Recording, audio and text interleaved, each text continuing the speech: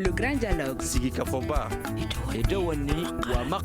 Le Grand Dialogue, l'émission de débat du studio Tamani sur votre radio. Le Grand Dialogue. Auditeurs et téléspectateurs de Studio Tamani, bonsoir et bienvenue à ce grand dialogue.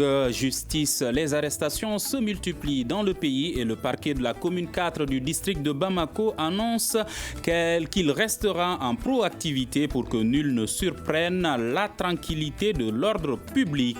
Alors, par rapport à ces arrestations, nous avons invité 3 personnes pour donner leur point de vue, un regard d'homme de droit sur ces arrestations. Il s'agit de Moussa Guindo, magistrat, Brahima Konaté de l'Association malienne de défense des droits de l'homme et Ibrahim Ben Mamata Touré, juriste. Je suis Mohamedou Touré, bienvenue à toutes et à tous. Le Grand Dialogue.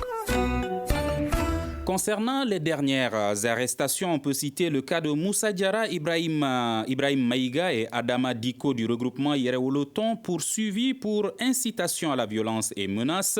Un d'entre eux est placé sous mandat de dépôt et Amadou Dipap Diallo du même regroupement est aussi poursuivi et placé sous mandat pour injure sur fond de haine manifeste proféré par publication sur sa page Facebook. Il y a également le cas de Étienne Fakaba Sissoko poursuivi pour des propos tendant à la stigmatisation ou la discrimination régionaliste, ethnique ou religieuse de nature à dresser les citoyens les uns contre les autres et à troubler l'ordre public par usage des technologies de l'information et de la communication. Étienne est également poursuivi pour présomption de faux et usage de faux diplômes universitaires. Brahima Konaté, vous êtes membre de l'Association malienne de défense des droits de l'homme. Aujourd'hui, quel regard portez-vous sur ces différentes arrestations en cours dans le pays ?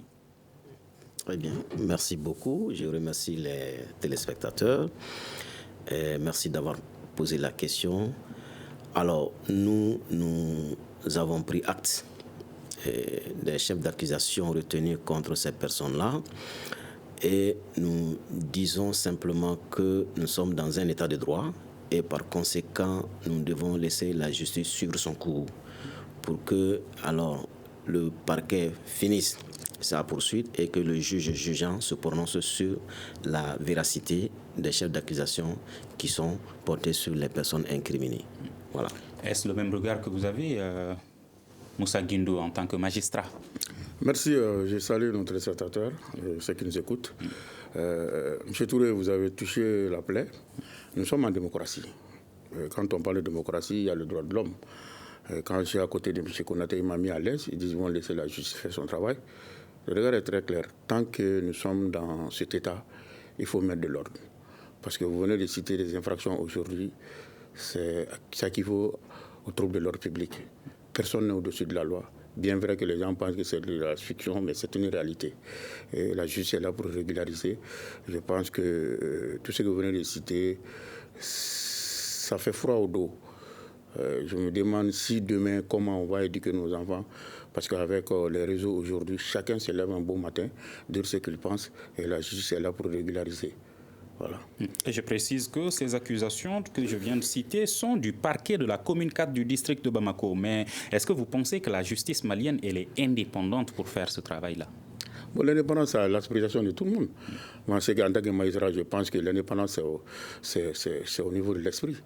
C'est la personnalité du magistrat. Bon, quand on parle d'indépendance au niveau du parquet, le parquet est hiérarchisé. Ils ont un chef, le chef c'est un homme politique, c'est peut-être le ministre de la Justice. Bon, en réalité, dans ce cadre-là, ce qu'on peut éviter ou ce qu'on ne peut pas encourager, ça c'est d'avoir une justice sélective. Que tout le monde soit au même pied d'égalité, sanctionné et poursuivi aux yeux de la loi. Et les avocats sont là pour dénoncer. Les associations des droits de l'homme sont là pour dénoncer. Parce que le juge a le dos large. Le juge, son travail est connu de tout le monde. Et le juge doit être fier parce que tout ce qu'il fait, c'est d'appliquer la loi. Et pour vérifier tout ça, c'est très simple, parce que nous avons des codes, nous avons des cadres légaux par rapport à ça.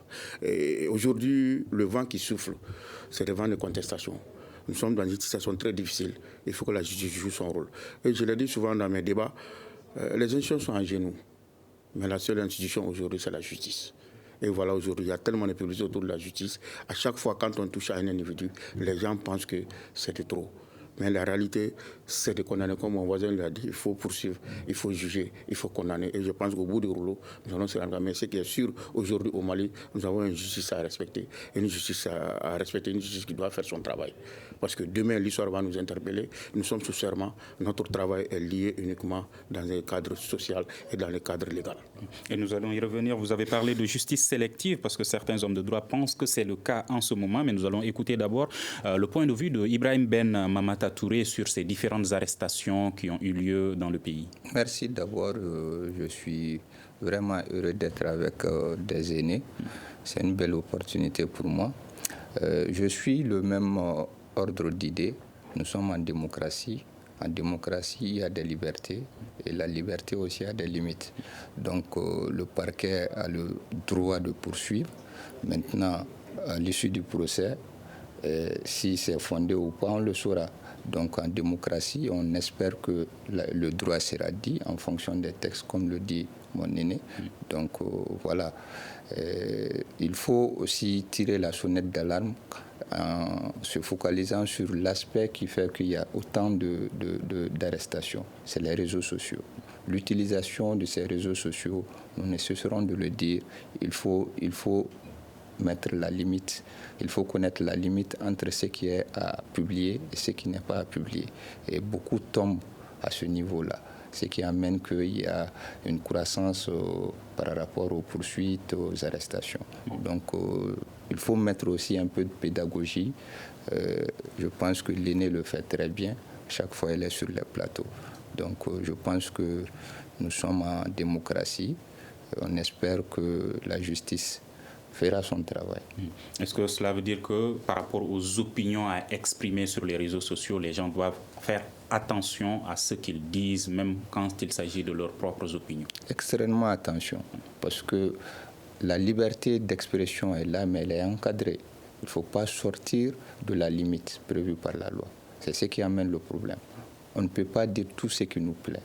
Lorsqu'on est dans une société, lorsqu'on est en démocratie, en état de droit, on se doit de respecter les normes édictées dans ce sens.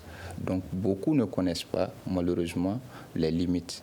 C'est ce qui amène ces travers, ces arrestations, malheureusement. Et Moussa pourra nous parler de cette liberté d'expression et de ses limites. Mais en attendant, on va demander à Brahima Konaté, aujourd'hui, ces personnes qui sont arrêtées, est-ce que les arrestations se font dans le respect des droits de ces personnes-là? Bon, à l'état actuel, il nous est difficile de nous prononcer sur le respect. Parce que nous apprenons, comme tout le monde, sur les réseaux sociaux, que telle personne a été arrêtée. Maintenant, la loi quand même dit que chaque personne a droit à la présomption d'innocence. Tant que sa culpabilité n'est pas établie, il est considéré comme innocent. Nous pensons que ces personnes-là qui sont entre les mains de la justice aujourd'hui bénéficient de ces présomptions d'innocence-là et qui n'ont pas suivi de sévices et de traitements cruels inhumains dans leur détention. Donc si ces conditions sont respectées, oui, d'accord, on va dire que c'est respecté, mais pour autant que nous ne sommes pas vraiment au courant des réalités, des conditions de détention de ces personnes-là. Voilà. Pourtant, ces arrestations qu'on a citées au début sont précédées par d'autres arrestations, notamment d'hommes politiques qui ont fait des revendications par rapport à leur état de santé, par rapport à leurs conditions également. Est-ce que vous avez eu des informations concernant la situation de ces différentes personnes? Oui.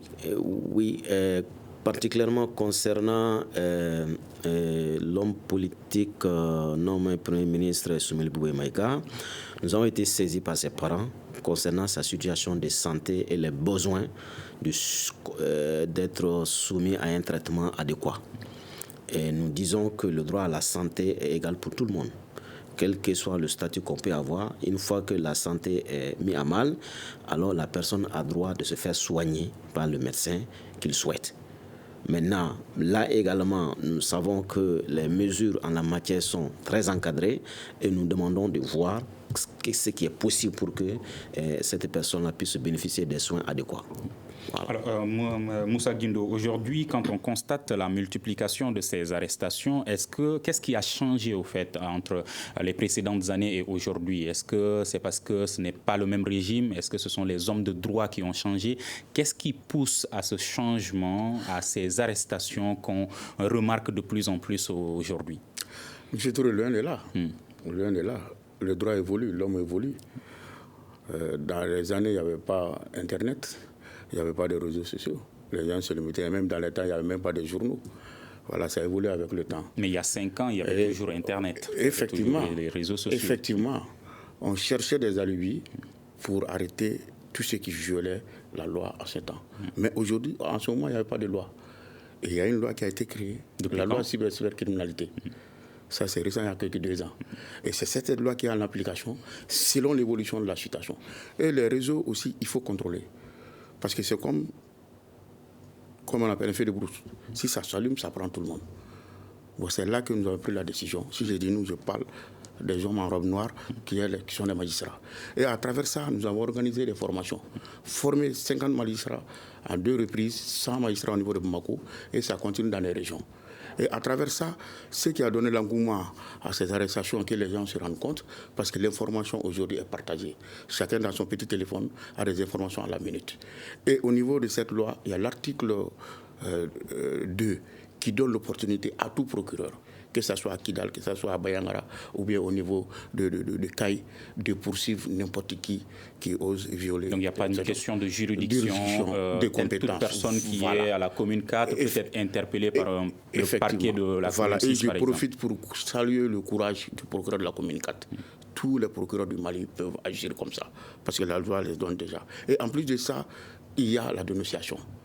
Il y a des plaintes personnelles. Et voilà ce qui a donné de l'ampleur aujourd'hui à ces arrestations. Et qu'on évite aussi de lier ces poursuites, ces arrestations à des personnes. Parce qu'il s'agit de Guindo ou il s'agit de Touré. Non. Personne n'est au-dessus de la loi. Bon, vous vous rendez compte, si c'est pour quelqu'un qui est connu, qui est politique ou bien qui est leader associatif, ça met tout le monde en branle. Les gens se posent la question. C'est là aussi qu'on doit saluer la justice. Et voilà, c'est ce travail-là qui se passe.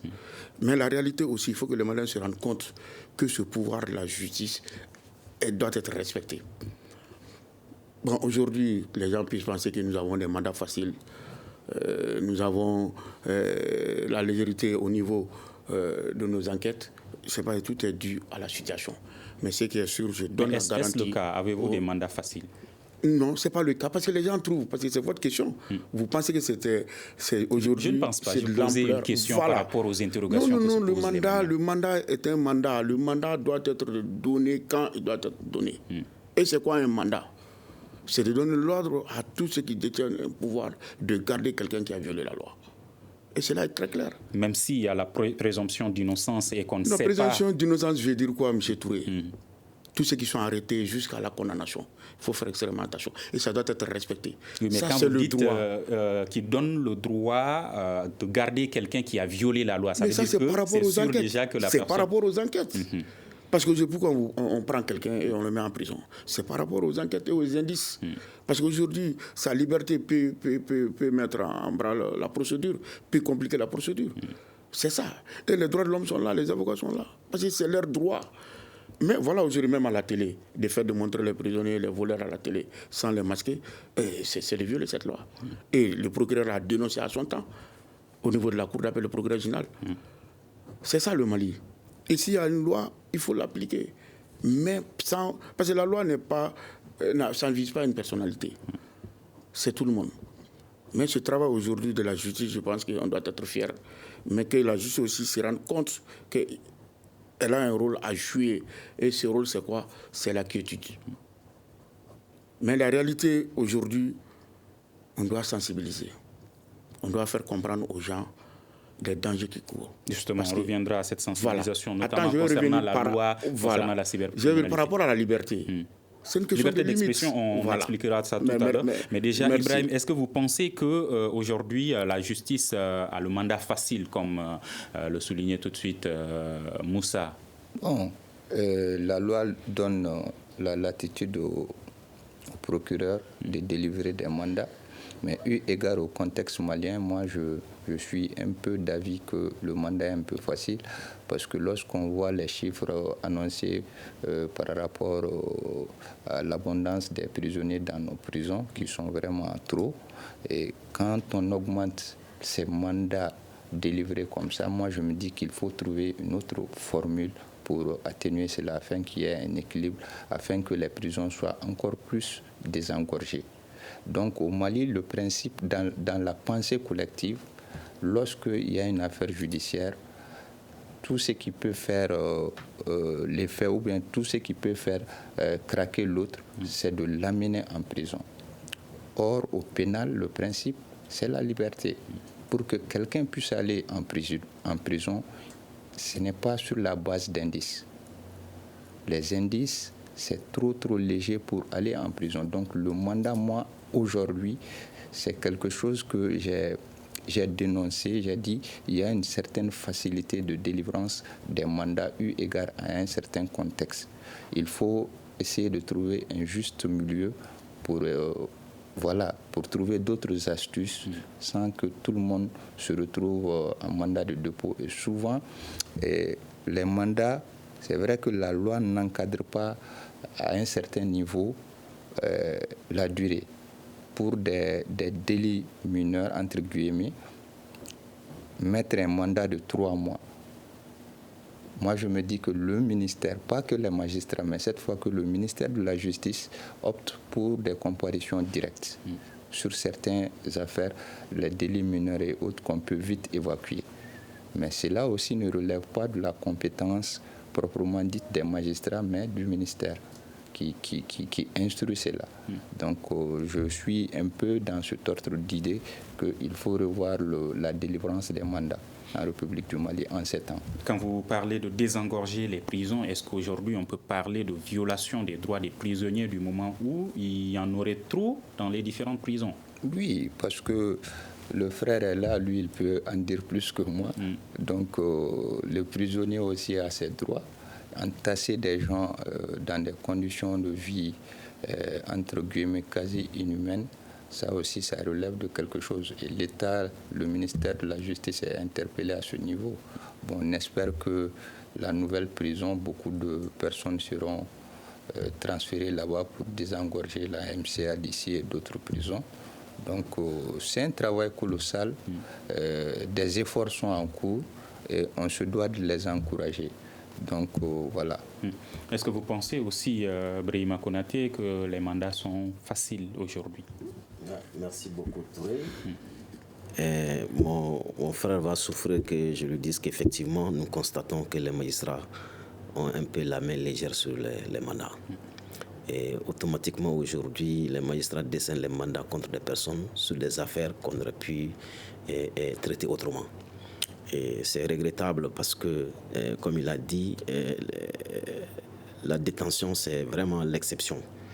Et la liberté étant le principe, on aimerait que les juges ne perdent pas de vue ce principe-là afin de considérer que les gens sont mieux ailleurs qu'en prison. C'est vrai, s'il y a des indices concordants qui pèsent sur une personne ou si la personne constitue une menace ou une condition de soudoiement des témoins, on peut penser qu'en le mettant en prison, on sauvegarderait les intérêts. Mais de façon systématique, si on doit délivrer des mandats contre des personnes pour des affaires qui n'en vaut pas la peine, alors ça fait grincer les dents. Ça fait vraiment grincer les dents. En cela, nous voulons vraiment que les magistrats repensent leur façon de traiter les individus qui se présentent devant eux, afin qu'ils ne soient pas amenés à décerner de façon systématique ces mandats de dépôt. Et très souvent, quand il y a des mandats de dépôt, des personnes sont à dessein oubliées au niveau des prisons. C'est ce qui justifie encore... Pardon, on donne un mandat et ensuite on oublie même l'intéressé en prison. L'intéressé est souvent oublié au niveau de la prison et du coup, où certains même peuvent passer des années là-bas sans qu'ils ne soient présentés à un juge, ce qui est extrêmement, extrêmement compliqué et qui viole le droit de ces personnes-là. Donc, ce sont des pratiques qui ont cours et nous pensons que les nouvelles mesures qui sont actuellement vont permettre à l'administration de la justice de corriger ces imperfections-là. Sinon, alors nous constatons qu'effectivement, au niveau de chaque prison, il y a un engorgement. Et ces engorgements ne peuvent s'expliquer que par le décernement des mandats. Et le nombre de cas qui sont jugés sont nettement inférieurs par rapport aux cas de personnes qui attendent d'être comparées devant un juge afin de connaître leur sort. Et la durée, 3 mois, est-ce que vous pensez que c'est acceptable? Bon, si ça peut permettre de régler le problème, on peut le penser comme ça. Mais si on respectait déjà le code de la procédure pénale qui décline lorsqu'un mandat est décerné pour un cas d'infraction correctionnelle, la durée est établie. Pour un cas criminel, la durée est établie. Mais il se trouve que tout cela n'est pas strictement respecté. C'est ce qui fait aujourd'hui qu'on constate que certains se trouvent en dépassement de délai de détention au niveau des prisons. Alors, pour rappeler, et les juristes pourront rectifier si je me trompe là-dessus, le mandat, c'est la décision que prennent les hommes de droit pour dire vous allez rester en prison pendant tel nombre de temps en attendant votre jugement. C'est bien cela, Moussa Guindo. Alors, aujourd'hui, est-ce que vous êtes d'accord avec les points de vue soulignés par M. Konaté et M. Touré concernant le mandat? Parce qu'eux, ils estiment en effet que les magistrats ont le mandat facile aujourd'hui. Bon, je suis tombé de nuit, parce qu'en réalité, il est bon de critiquer. Nous sommes là pour appliquer la loi. Et si on dénonce, quand on applique la loi ou bien on viole la loi, ça annule la procédure. La réalité, c'est quoi? Les Bambara disent Doni Dongoma. Quand on arrête, on dit on fait trop. Quand on libère, on dit on s'enrichit. Parce que pour eux, aujourd'hui, la liberté, comment on appelle, provisoire, qu'on ne parle même pas de la liberté tout court, comme les juges prennent de l'argent avec les gens, on les libère. Bon, voilà, on entre les deux feux. Mais le plus important, c'est quoi? C'est de rester avec la loi. On vient de vous dire, là, je ne vais pas rentrer dans les détails. Ils disent qu'il y a des délais pour les crimes, il y a des délais pour les affaires correctionnelles. Le délai, c'est quoi? C'est mener des enquêtes. Si c'est un cas criminel, le juge a 3 ans ferme pour mener ses enquêtes. Arrivé à 3 ans avant, il prend une ordonnance pour demander de prolonger pour 3 mois, 3 ans encore, 6 ans. Ça dit que c'est un cas criminel. Dès qu'on envoie l'ordonnance au niveau de la Cour suprême pour le jugement devant les cours d'assises, même si on vous condamne pour 7 ans de prison, les 6 ans qu'ils ont fait en prison est déduit. Et au niveau de comment on appelle, de procédure correctionnelle, c'est la même chose. Ça dit que c'est très clair à ce niveau. On a parlé de désengorgement, mais il n'y a même pas longtemps, il y a eu, comme on appelle, une dérogation. Le président de la République a pris son bic, il a cassé toutes les procédures. En libérant les gens, qu'on appelle ça quoi? C'est de prendre une décision juridique pour élargir les prisonniers. Le président le fait chaque fois. Le 22 septembre, la fin de l'année, je ne sais pas comment on appelle, d'abord jargon, les droits de l'homme. Tu vois, bon, tout ça, ça désengorge. Mais aujourd'hui, l'amnistie et puis d'autres, et ils ont parlé de modèle, la saisine même de tribunal correctionnel. Il y a 5 cas. Mon jeune frère vient de parler de la comparution immédiate. Il y a 5 cas pour saisir la chambre correctionnelle. C'est quoi? Ça, c'est la citation directe, flagrant délit et la comparution immédiate. Ça se fait chaque fois dans nos tribunaux. Et le nombre de délinquants au niveau des prisons. Et passez-vous dans les tribunaux chaque lundi et chaque mardi. Ils viennent en centaines pour être jugés et libérés. Où on met le sursis. Mais il semblerait que vous oubliez souvent certains prisonniers. Mais j'ai dit, ça annule la procédure, ça peut se faire. Mais dans le cas, il faut le dénoncer. Le régisseur, il est là en prison, pourquoi? C'est pour rappeler, il y a des feuilles d'audience, il y a des feuilles d'écrou. Quand vous partez en prison aujourd'hui, on vous amène avec un papier pour dire tel va rester pour telle date. Et c'est enregistré. L'annulation de la procédure, si c'est le cas, suffit-elle? Est-ce que les magistrats ça suffit, qui les ont avocats pris sont ces là décisions sont sanctionnés? Mais ça vaut le coup, l'inspection est là. Ça vaut le coup, mais ce n'est pas le cas. Non, c'est le cas. Mais ça veut dire qu'on ne peut pas compter. Donnez-moi des chiffres aujourd'hui qui n'ont pas été faits. Et puis un juge même qui met quelqu'un en prison sur du faux, il ne peut pas dormir. Parce que lui-même, il a violé la loi. Et l'inspection est là. C'est pour vous dire que personne ne rentre en prison sans un papier. Personne ne sort sans un papier. Et ça, c'est dans le français facile. C'est pour vous dire que s'il y a un problème, on peut dénoncer. Moi, au moment que j'étais en stage, j'ai vu une fois le président du tribunal, après jugement, a libéré un détenu. Il allait s'asseoir, on a miloté directement. Mais moi, j'ai dit, mais c'est quoi ça? Il est libre ou il n'est pas libre? J'étais stagiaire, le président m'a dit, non, c'est comme ça. J'ai dit, non, il faut arrêter. Et j'ai mis dans mon rapport, dès que vous êtes libre, c'est fini. mais on vous garde, on vous amène jusqu'en prison pour vous libérer devant votre famille. Bon, c'est des cas qui peuvent être dénoncés et qui peuvent être... Mais ça n'empêche pas la justice de faire son travail. Et la réalité aujourd'hui, si les prisons sont remplies, c'est qu'il y a trop de délinquants. Il faut qu'on se lève pour dire non. Et les mandats faciles, c'est des appréciations qui n'ont pas de sens. Parce qu'on ne peut pas dire quelqu'un de faire un travail et après de lui dire d'arrêter. Le juge, il est là pour ça. Mais maintenant, chaque mandat est justifié. Moi, je ne suis pas Moussa Guino, je me fais le mot matin, j'arrête Mamata parce que je suis Moussa Guino. Non, je le fais parce que le peuple m'a donné un pouvoir, c'est quoi? C'est d'appliquer la loi. Si réellement, M. Mamata a violé la loi. Et son droit, c'est de contester.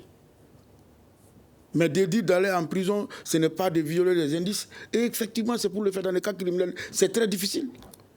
Alors, les témoins sont menacés. La liberté d'expression, de quoi s'agit-il? La liberté d'expression, c'est avoir des limites. C'est avoir des limites, ça veut dire quoi?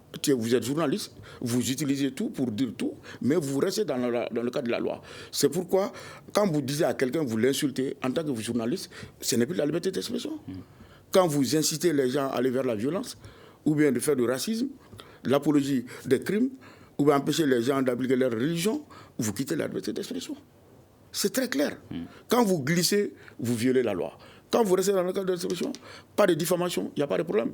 Avant, avec les diffamations, ça c'était dans le code de la presse.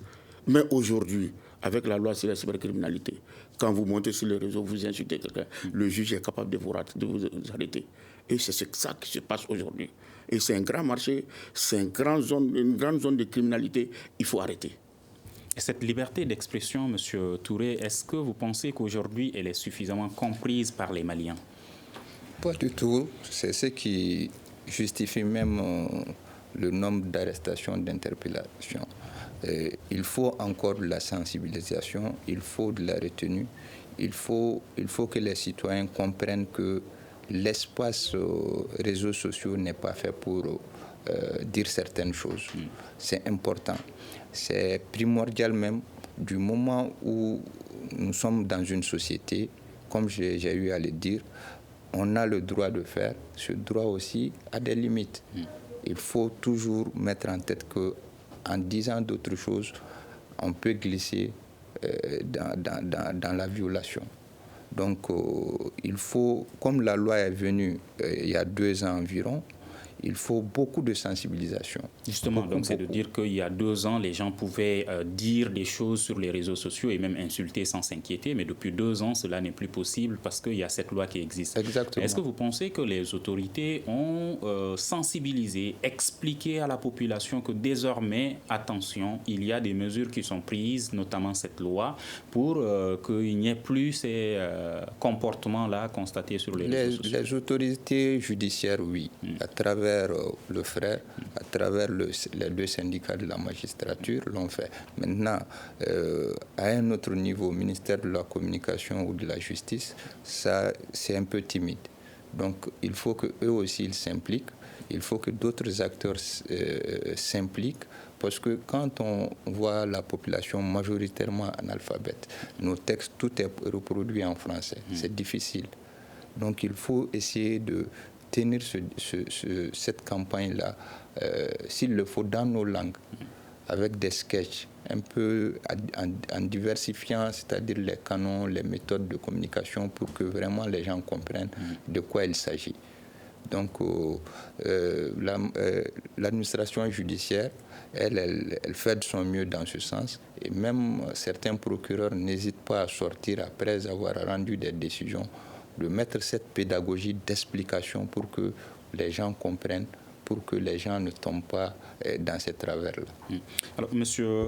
Konaté, aujourd'hui, est-ce que ces différentes arrestations également de leurs effets ne poussent pas aux gens d'avoir désormais peur de s'exprimer? Oui, comme on dit, il est bon de parler, meilleur de se taire. On ne prendra pas quelqu'un parce qu'il s'est tué. Est-ce que vous comprenez? Alors, cette loi sur la cybercriminalité est intervenue et j'avoue, les gens ne sont pas vraiment informés. Et les gens apprennent à leur dépens quand ils ont affaire avec la justice en lien avec les propos qui ont été diffusés sur les réseaux sociaux. Si on essaie de voir de plus près, alors les gens en colère n'ont pas de limite. Et dans la situation générale que nous vivons, les Maliens qui ne sont pas comme on appelle, du bord du pouvoir sont en colère. Et ils pensent qu'ils peuvent exprimer leur colère par tous les moyens qui leur semblent bons. Et ils oublient qu'ils ont des limites à ne pas franchir.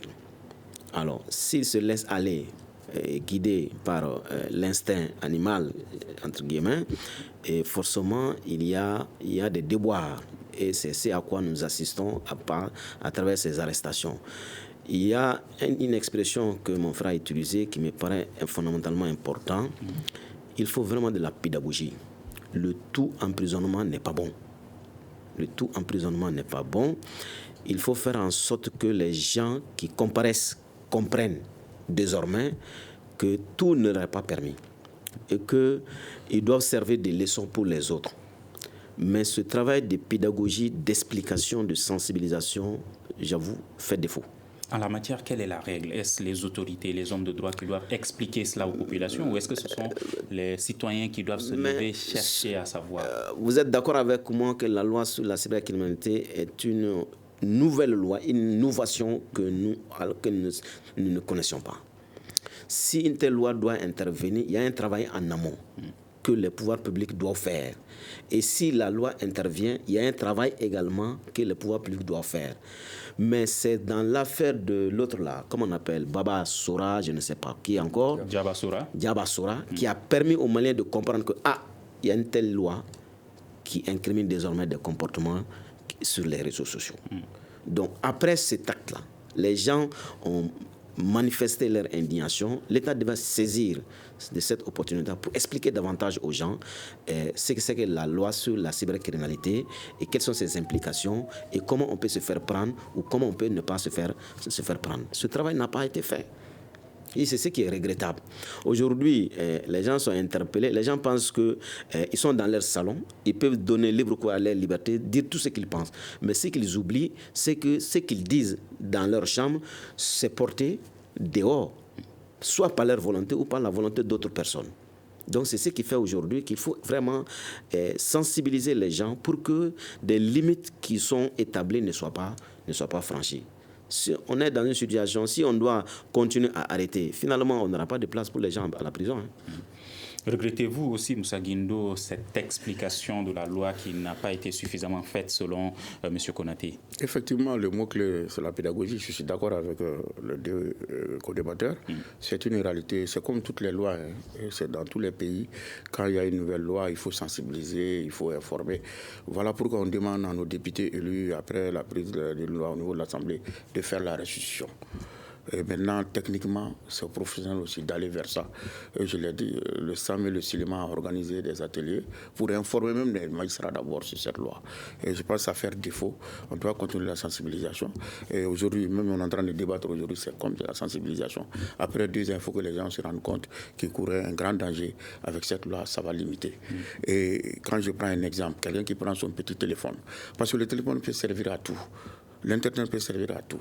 Mais quand vous prenez votre téléphone pour faire du développement, pour faire du social, je pense qu'on doit vous applaudir. Mais quand vous prenez pour insulter les gens, imaginez-vous faire une vidéo, dire aux gens que je vais tuer un tel, ou bien un tel doit être assassiné. Mais là, c'est très grave. Voilà pourquoi nous avons des grandes oreilles pour écouter tout cela. Et je pense que même au niveau du parquet de la commune 4, ils ont leur page Facebook, ils expliquent chaque fois pédagogiquement pourquoi on a arrêté un tel et voilà des raisons. Et signé, ça c'est une première et ça doit être félicité. Et d'accord pour la pédagogie. Et aujourd'hui, les prisons aussi sont là pour éduquer. Ce n'est pas pour paniquer, pour faire la réinsertion. Parce qu'aujourd'hui, aller en prison, c'est un danger pour nos enfants, surtout pour nos jeunes. Parce qu'on peut tout apprendre là-bas.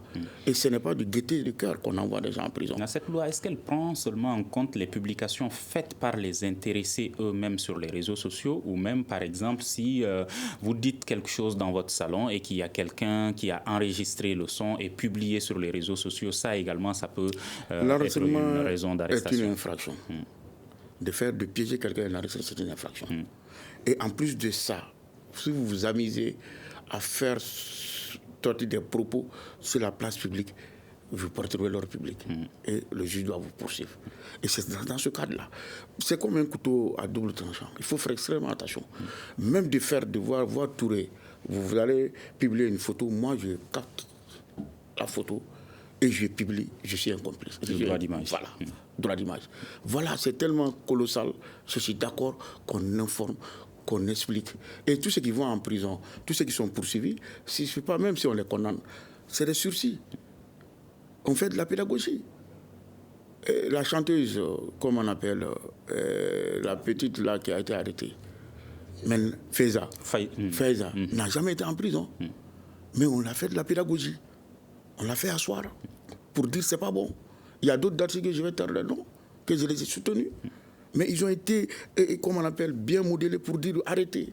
Vous avez vu l'autre jour, le Progrès est parti dans une cérémonie pour remettre un prix à quelqu'un qui l'a emprisonné. C'est pour faire quoi? Ce sont nos enfants. Il faut les approcher, il faut les faire croire aujourd'hui et courir un danger. Et la loi, c'est un danger. Il faut faire extrêmement attention. Quand vous violez, vous partez en prison. Et le juge ne peut rien. Vous parliez au début de justice sélective par rapport à ces différentes arrestations. Ibrahim Touré, est-ce que vous constatez une justice sélective? À des niveaux, on pouvait penser cela.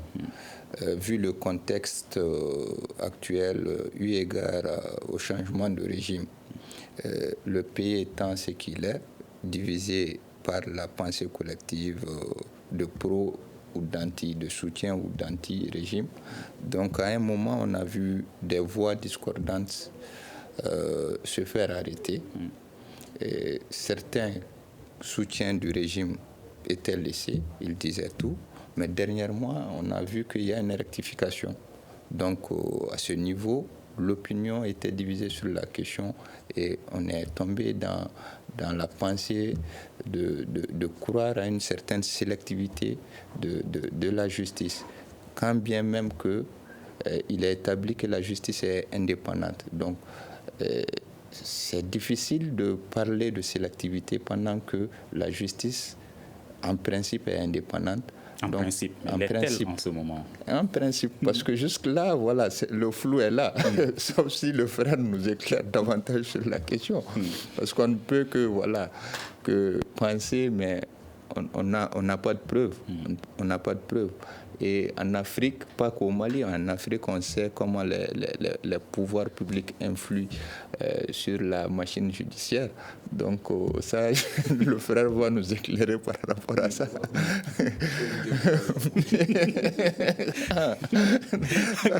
Les magistrats semblent faire peur maintenant. Non. Pour venir aujourd'hui ici, là, j'ai réfléchi 2 fois. Ah bon? Pour venir sur ce plateau, vous avez réfléchi 2 fois. Pourquoi? Donc ça veut dire que le parquet de la commune 4 indique que l'objectif de ces arrestations, c'est la tranquillité de l'ordre public, mais en même temps, ces arrestations font peur même pour exprimer une opinion aujourd'hui. Tout à fait, il faut le dire. La chose judiciaire, elle n'est pas facile à débattre aujourd'hui avec le temps qui court, parce que lorsqu'on voit la vague d'arrestations qui est là, ceux-là qui ne connaissent pas le mécanisme de fonctionnement de la justice peuvent vraiment avoir peur.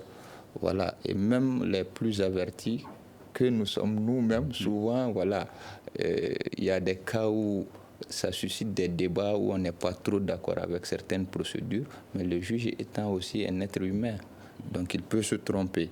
Tout n'est pas rose, des efforts sont en cours et voilà.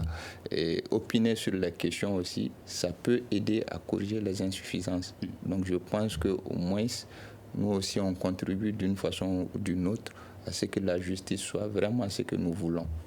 Donc, les personnes arrêtées, si à la fin du jugement pensent que leurs droits ont été violés, est-ce qu'elles peuvent aussi porter plainte, Konaté? Bien sûr. D'abord, la procédure judiciaire organise de sorte que quand vous avez un premier jugement contre lequel vous n'êtes pas d'accord, vous relevez appel. Si au niveau de l'appel également, vous n'êtes pas d'accord, vous allez en cassation. C'est des voies qui sont indiquées pour contester une décision de justice. Maintenant, c'est sur la base d'une plainte, une dénonciation que vous avez fait l'objet de jugement. Si alors le tribunal vous blanchit, vous avez la latitude de vous retenir contre cela qui vous a calomnié devant la justice. Maintenant, si c'est le procureur également, je pense qu'il y a un mécanisme qui permet d'attraire l'État pour dysfonctionnement du service public de la justice. Ce sont des mécanismes qui permettent de corriger des imperfections ou des lacunes que nous constatons. Mais les gens ont tellement peur aujourd'hui qu'ils ne peuvent même pas exercer ces différentes voies de recours qui sont à leur disposition. C'est ça aussi l'inconvénient. Toujours, ça renvoie à la question de connaissance des mécanismes, de comprendre le fonctionnement du système. Aujourd'hui, la langue de communication, c'est le français. Qu'on soit homme intellectuel ou que ce soit homme de la rue, chacun tente avec le style qui lui est propre de parler français. Mais le jugement est rendu en français. Et celui-là qui est là n'est jamais parti à l'école. L'avocat qui l'accompagne écoute et fait la plaidoirie. Après, il dit ou bien le débat s'arrête là. Bon, ça n'aide pas la personne ou le justiciable de comprendre effectivement tout ce qui s'est passé, étant donné que tout le cheminement du débat, il n'a pas pris part, parce qu'il n'a pas saisi un seul mot qui le concerne. C'est comme ce que disait mon frère pour dire que quelqu'un a été taxé de délinquant primaire. Il a dit non, il n'est pas le premier délinquant de tout le Mali. Est-ce que vous comprenez? Ça dénote que dans le jugement aussi, il faut permettre aux gens de s'exprimer dans les langues qui leur est propre. Est-ce que cela est possible? Oui, c'est possible, c'est possible. Mais est-ce que ça s'est fait? Ça doit se faire. Mais moi, est-ce le cas? J'ai pris l'initiative. J'explique la procédure en Bambara sur des plateaux. Même aujourd'hui, ce débat-là, on devait l'être en Bambara. Mais dans les tribunaux, est-ce que ça se fait? Ça se fait parce qu'il y a un traducteur. Il y a un traducteur qui traduit souvent de français en Bambara, souvent de Peul en Bambara. Quand vous partez vers Mopti, quand vous partez vers Kaï, c'est comme ça. Mais la réalité, je suis parfaitement d'accord avec mon voisin. Si aujourd'hui, nos associations chargées des droits de l'homme pensent à ça, non, ça nous met en l'aise. Moi, j'ai vu à son temps, il y a un procureur qui demandait de donner le temps aux avocats et aux procureurs de faire leur réquisitoire en Bambara. Et c'est très important. Parce qu'aujourd'hui, quand on dit quelqu'un est un délinquant primaire ou quelqu'un qui a volé, abus de confiance, se demande ça veut dire quoi? Kawal fait un tamin titaï. Qui dingue à le faire tant qu'il le vol. Bon, maintenant, quand on rentre dans le moment, ça facilite la tâche. Mais la sensibilisation doit continuer. Il nous reste même quand minutes, tu vois dans nos textes aujourd'hui, on nous demande d'aller vers ça, oui. Apparemment, vous faites peur aujourd'hui parce que M. Touré témoignait même qu'avant de venir sur ce plateau, il a réfléchi, il s'est demandé est-ce qu'il doit venir sur ce plateau pour donner son opinion. Donc, est-ce que cette justice doit, à travers ces arrestations, faire peur aux Maliens lambda? Ça a été dit, si nous sommes des êtres humains. Sous nos robes, là, c'est un cœur humain qui est là. Mais la réalité, c'est le travail. Si on y a une loi, il faut respecter. Et nous sommes chargés de respecter la loi. Mais on ne doit pas faire peur. On ne doit pas faire peur. On doit apaiser. On doit sensibiliser. On doit faire de la pédagogie pour qu'au moins les gens puissent connaître leurs droits et respecter leurs droits. On doit le faire. Allez-vous le faire? Nous allons le faire avec l'État. Parce que je parle des syndicats. Et ce travail a commencé. La réalité, la justice doit apaiser. Et la justice doit éduquer. Et la justice doit orienter. C'est ça notre objectif. Qu'est-ce que les citoyens doivent faire aujourd'hui pour contribuer à cette tranquillité de l'ordre public, mais également permettre à ce que ces arrestations qui sont faites puissent être faites dans le respect de la loi? Bon, les citoyens, ce qu'il est, on est plusieurs et variés. Chacun a sa façon, chacun a son éducation. Le conseil le plus probant va généralement à l'endroit de la jeunesse. C'est elle qui utilise fréquemment ces réseaux, c'est de veiller à ne pas tout reproduire sur les canaux, de veiller à ne pas dire tout, de veiller à ne même pas utiliser des contenus qui peuvent être dangereux pour eux-mêmes. Donc il faut qu'eux-mêmes comprennent cela, qu'aujourd'hui, il y a un encadrement juridique qui est là, de s'intéresser s'il le faut au texte, à défaut de demander aux sachants. Merci. Nous aurons d'autres occasions pour revenir sur ce débat en français, mais ça se fera également en langue nationale bamanankan. Si nos 3 invités sont disponibles, on le fera avec eux pour sensibiliser la population sur les règles juridiques. Merci à nos 3 invités, Moussa Guindo, magistrat, Brahima Konaté de l'Association malienne de défense des droits de l'homme, Ibrahim Ben Mamata Touré, juriste. À la régie vidéo et audio, Mamadou Ouattara et Gagné Kanté. Je suis Mohamedou Touré. On se retrouve demain pour un prochain numéro du Grand Dialogue de Studio Tamani. Merci à toutes et à tous et bonne soirée. Le Grand Dialogue. Le Grand Dialogue, l'émission des débats du Studio Tamani sur votre radio.